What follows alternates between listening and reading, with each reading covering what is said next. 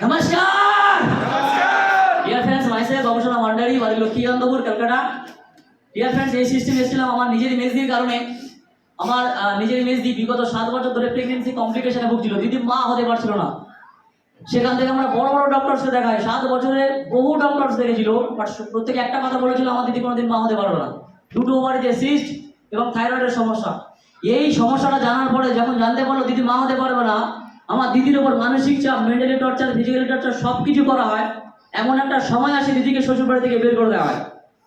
যখন আমাদের বাড়িতে আসে, আমাদের পাড়া প্রতিবেশী সকালবেলা ঘুম থেকে উঠলে আমার দিদির মুখ দেখতো না, কারণ আমার দিদি মা নয়।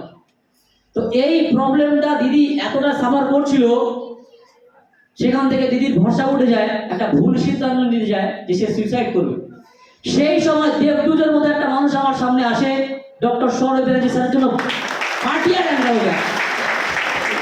শুধুমাত্র একজন মানুষ বলা দিয়েছিলেন, গবেষণা তুমি তোমার দিদিকে 4টে মাস সময় কম্বিনেন্ট প্রোডাক্ট খাও। মাই ডিয়ার ফ্রেন্ডস, প্রোডাক্ট এতটা জেনুইন কোয়ালিটির প্রোডাক্ট, 120 দিন 4 মাস লাগেনি, ঘুরে ঘুরে 47 দিন 1.5 মাস দিদি ওম্যান কম্বিনেন্টটা ব্যবহার করে।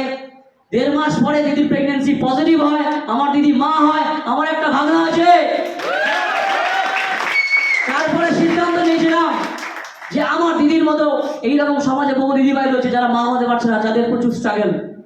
সিদ্ধান্ত নেই কাজটা করি। এর আগে একটা চাকরি করতাম, সেই চাকরিটাকে রিজাইন দিয়ে ফুল টাইম মাই লাইফকে সমর্পণ করে দিয়েছি।